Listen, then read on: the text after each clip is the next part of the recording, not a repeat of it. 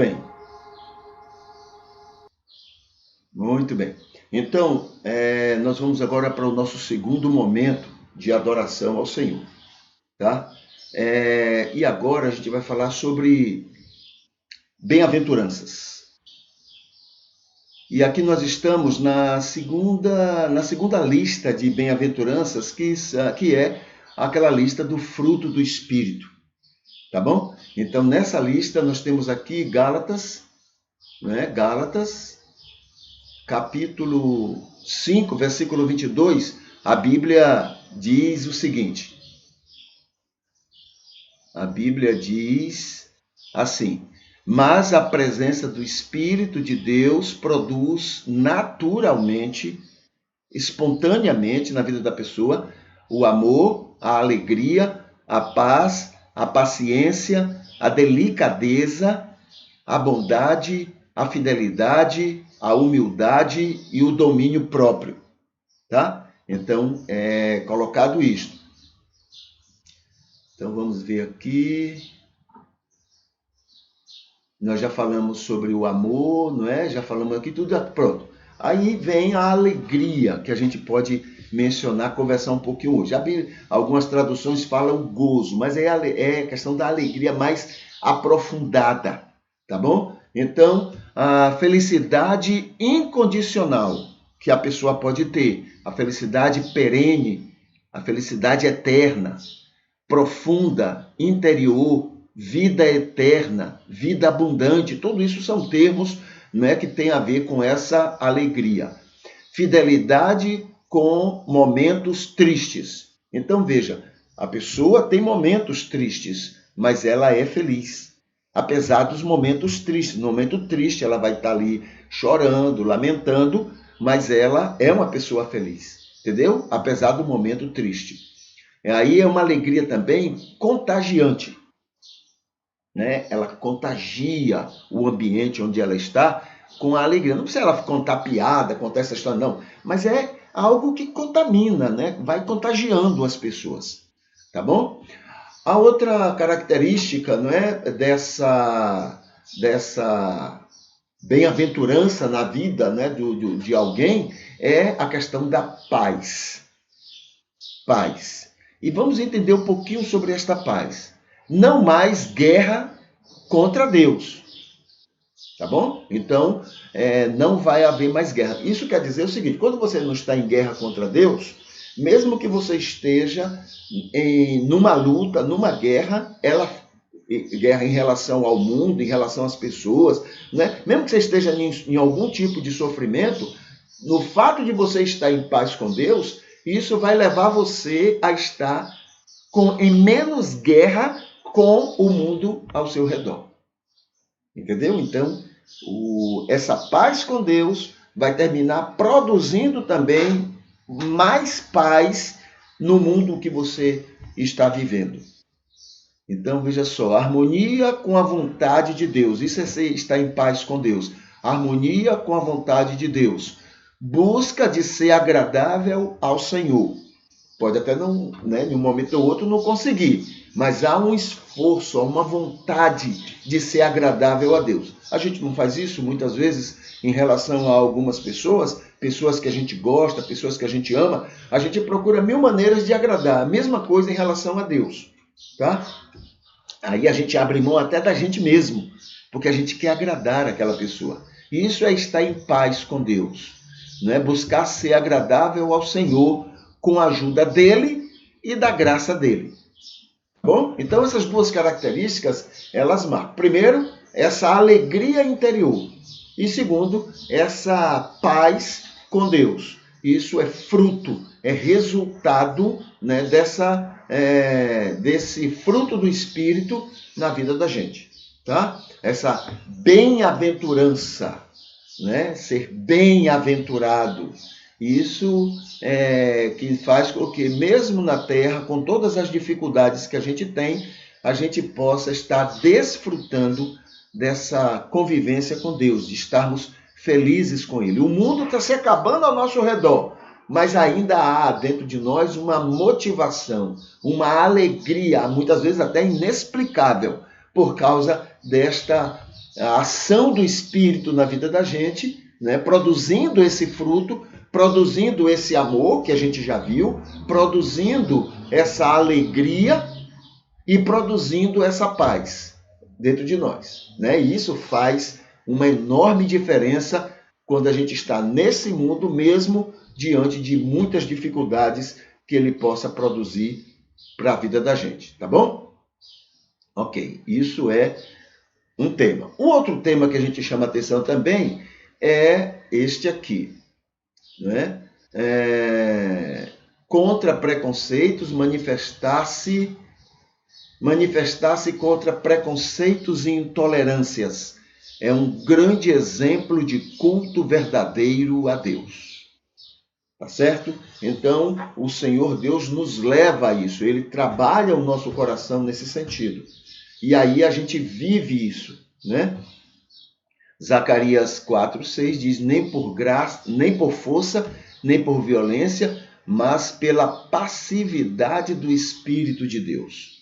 Então, é essa atuação nossa, até contra nós mesmos, tá bom? Nós ainda temos muitos preconceitos, nós ainda temos muita deficiência em relação a outras pessoas e as limitações das outras pessoas. Às vezes a pessoa lá tem até o mesmo defeito que a gente, mas a gente tem facilidade de perdoar a gente, mas tem muita dificuldade de perdoar as pessoas. Não é interessante? Mas aí a Bíblia diz que Deus vai trabalhando a gente justamente nisso, né? Do mesmo jeito que eu quero ser perdoado por Deus nas minhas falhas, nos meus erros, eu também vou estar cada vez mais propício a perdoar as pessoas nas deficiências deles. Tá? Essa é uma obra que o Espírito vai fazendo na vida da gente. Tá? Respeitando aqui, olha aqui, respeitando os envolvidos, os amados de Deus, se posicionando sobre o que fazem, que você entende como preconceito ou intolerância, inclusive assumindo que você também faz aqueles mesmos comete aqueles mesmos defeitos que o outro comete, ou outros, até às vezes, piores do que o que ele comete. Muitas vezes você comete erros, eu cometo erros que eu nem percebo que estou cometendo. Muitas vezes, né?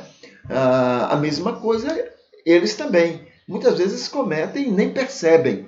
E do mesmo jeito que a gente quer ser compreendido e amado, não é? Então a gente vai estar trabalhando conosco para fazer a mesma coisa em relação a eles, no anseio de que eles também querem ser compreendidos e amados, apesar dos defeitos deles e apesar dos defeitos da gente. Tá bom?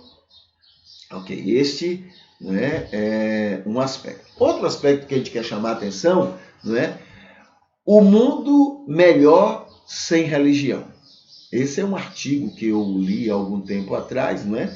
E que a gente está colocando aqui para ir analisando ponto por ponto do que ele vai nos chamando a atenção. Então, o mundo seria melhor sem o cristianismo? Sem esse cristianismo que a gente conhece? Seria melhor? Né? Porque nós temos, como cristianismo, né, aos olhos do mundo, temos falhado muito.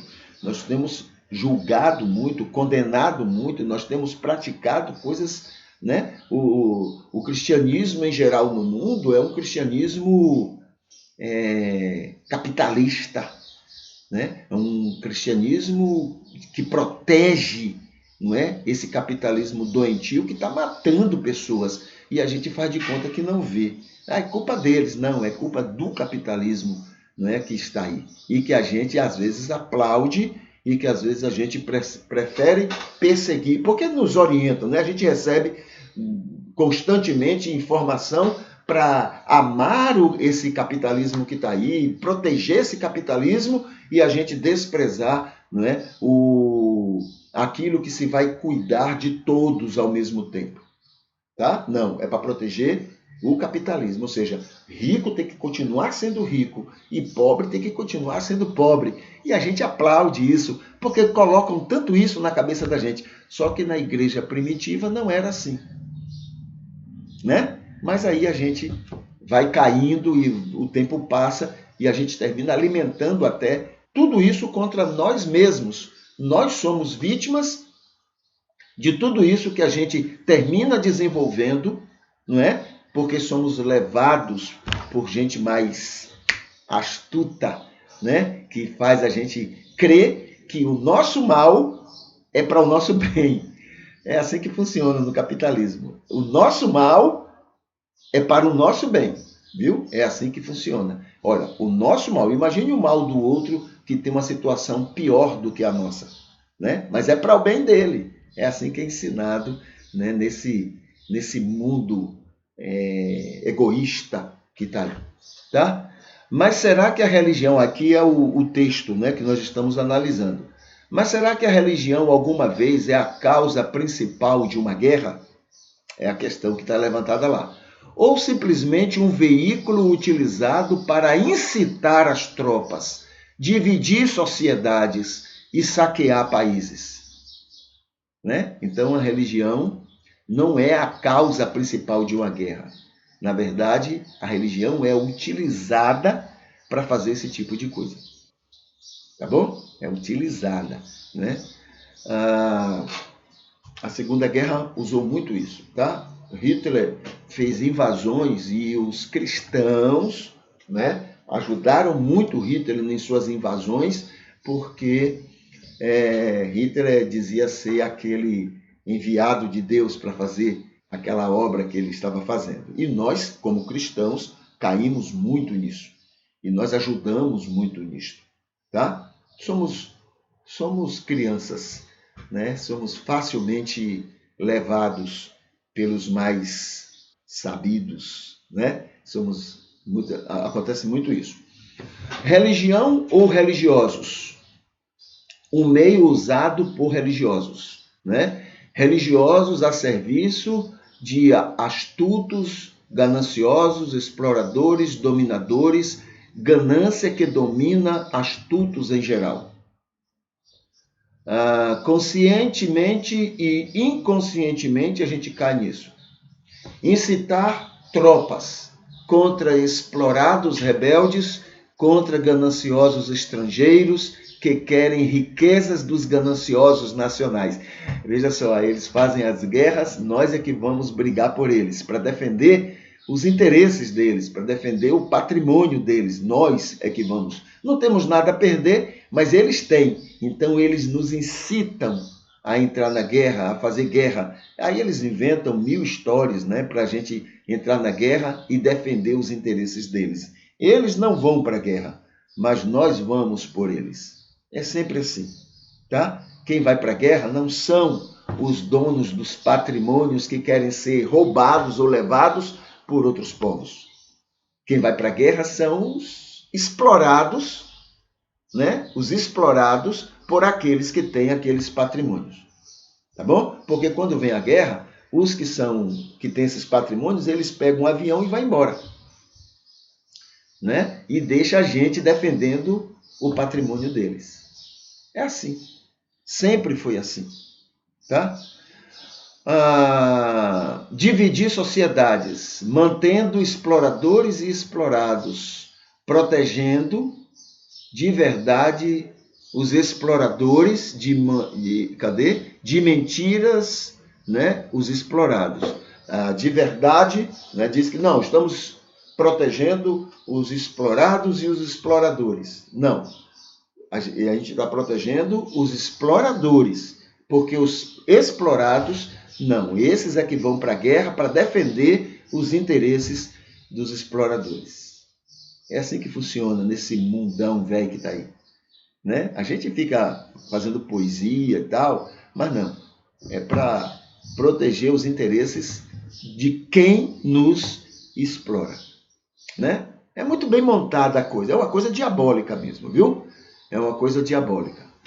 Aqui tem assim, saquear países, a riqueza dos outros, né, dos exploradores, matando os explorados, usados como guerreiros, tá? Então, a gente termina sendo a maneira de proteger os interesses deles. A gente termina caindo nessa conversa. Não, eu estou protegendo o meu país, eu estou protegendo, né, a minha terra, o meu povo. Nada, a gente está protegendo a riqueza deles. Tá bom?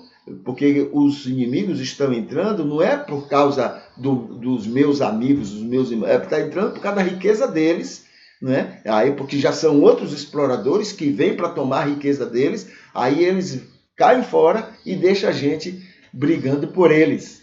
Aí terminou a guerra, eles voltam, continuam nos dominando, não é? E o inimigo lá foi dominado por nós, não por eles, mas por nós, para que eles continuem nos dominando. É uma coisa maquiavélica, entendeu? É uma coisa aí, né, que termina a gente caindo mesmo. Isso em todo lugar é assim que acontece. Quem vai para a guerra não são os donos das riquezas, não. Quem vai para a guerra são os que produzem as riquezas para os donos. Esses é que produzem a riqueza e ainda vão brigar para defender a riqueza que eles produziram para os outros. Porque quem tem a riqueza, eles sabem cair fora, fugir, né? E carregar muito dessa riqueza para continuarem explorando por onde passam. É um negócio muito bem montado, viu? Agora, a grande maioria é que é dirigida, guiada para atender os interesses deles, tá? Mas aí, tudo que nós estamos discutindo é: o mundo seria melhor sem religião? Porque muito é usado da religião para proteger essa coisa desorganizada, maléfica que está aí. O cristianismo foi muito usado, né, na sua história, foi muito usado para manter essa situação que nós acabamos de mencionar. Tá bom? Não é culpa do cristianismo, mas é culpa de quem usa o cristianismo para esse fim. E tem muita gente fazendo isso. Ok. Aqui tem um outro aspecto que é recados aos ricos. Tá? Isso tem a ver com essa nossa preocupação. Aqui, deixa eu botar aqui lá no começo só para você ter uma ideia, né? Recados bíblicos aos ricos. Então tem aqui falando sobre, né, os motivos que fazem com que esse recado possa existir. Não se consegue servir a dois senhores, a riqueza e a Deus. Não se consegue, né? Ou você tem que optar por um ou optar por outro.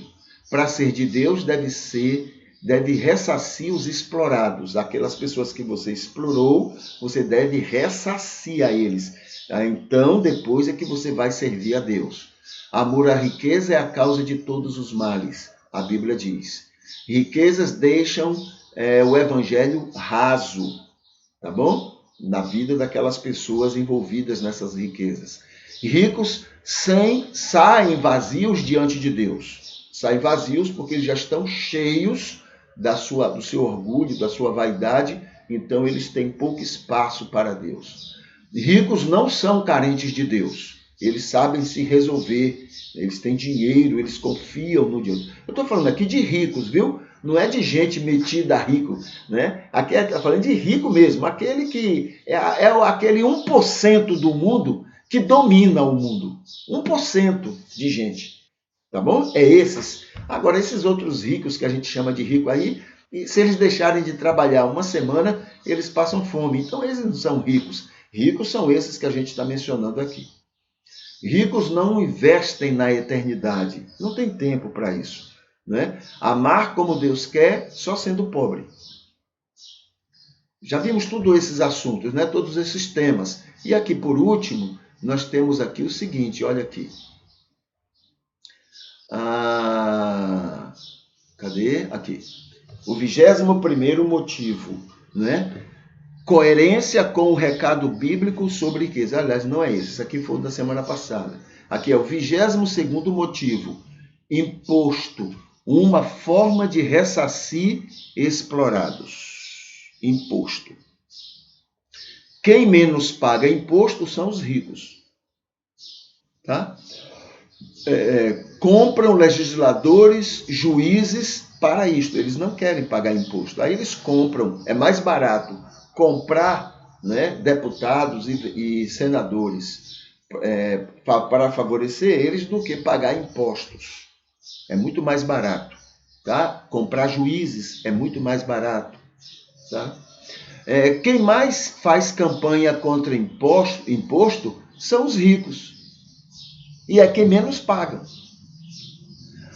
Quem mais usa o dinheiro dos impostos do Estado são os ricos. Né? Veja só, eles pagam menos imposto e o Estado, né, usa mais aquele dinheiro pago por não ricos para favorecer os ricos. É assim que funciona. Né? Que mais? Quem mais usa o dinheiro dos impostos no Estado são os ricos. Quem mais desfruta dos benefícios dos impostos no Estado são eles, os ricos. Quem mais desvia dinheiro dos impostos no Estado, no país, são eles.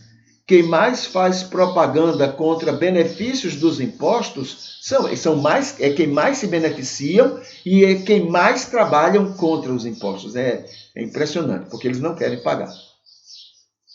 Quem mais inventa mentiras contra impostos são eles.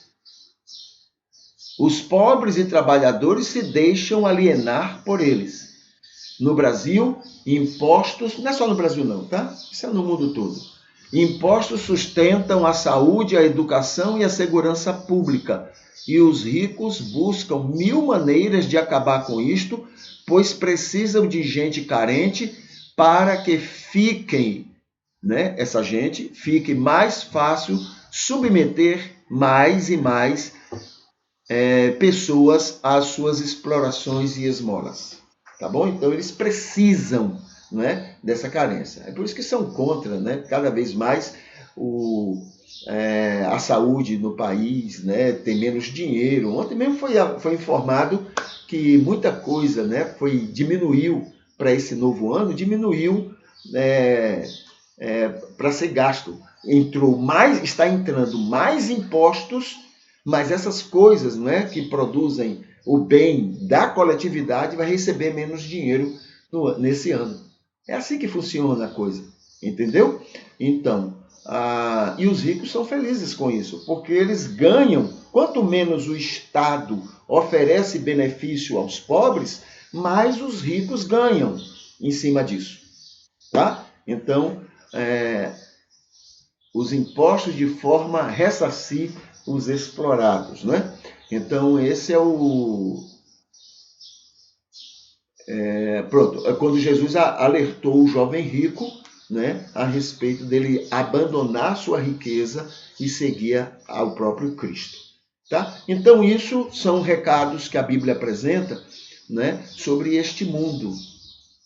Tá bom? Eles precisam dos pobres para poder se manterem ricos. Eles têm que tirar dos pobres para poder se manterem ricos e os pobres ficarem cada vez mais submetidos a eles. Eu não estou falando de gente de classe média, não. Classe média pensa que é rica, E os ricos pensam que são ricos. Estou falando daqueles muito ricos. Esses mandam no mundo, Mandam no mundo. Tem um aí, que... Bom, não vou falar o nome, mas ele disse, agora em relação à Bolívia, ele disse que, algum tempo atrás, ele disse que é assim mesmo, ele tem que enriquecer, as coisas existem para beneficiar ele, tá? Aí ele ganha muito em cima, ele tira a riqueza da Bolívia e ele vai aumentar a sua riqueza, porque é assim mesmo, ele dizendo. Tá? Então, essas pessoas é quem termina se beneficiando com tudo isso. Tá? Ok. No dia que eles se converterem, aí eles terão que abrir mão de tudo isso. Essa riqueza toda vai ter que ser distribuída. Como Jesus falou para aquele jovem rico. Vai, vende tudo que tem, dê aos pobres. Descubra como melhor distribuir para as pessoas. Depois venha e me siga. Isso é impossível. Isso não é dele, tá bom? Ok. que mais? E aqui a gente fica nesse segundo momento. Daqui a pouco, então, a gente volta para o nosso terceiro momento, não é? Nesse culto dessa manhã. Tá bom? Deixa eu colocar aqui a música, né? Colocar a música, como é que é feito aqui? É isso aqui. Aí eu coloco a música. Ok, a gente volta daqui a pouco.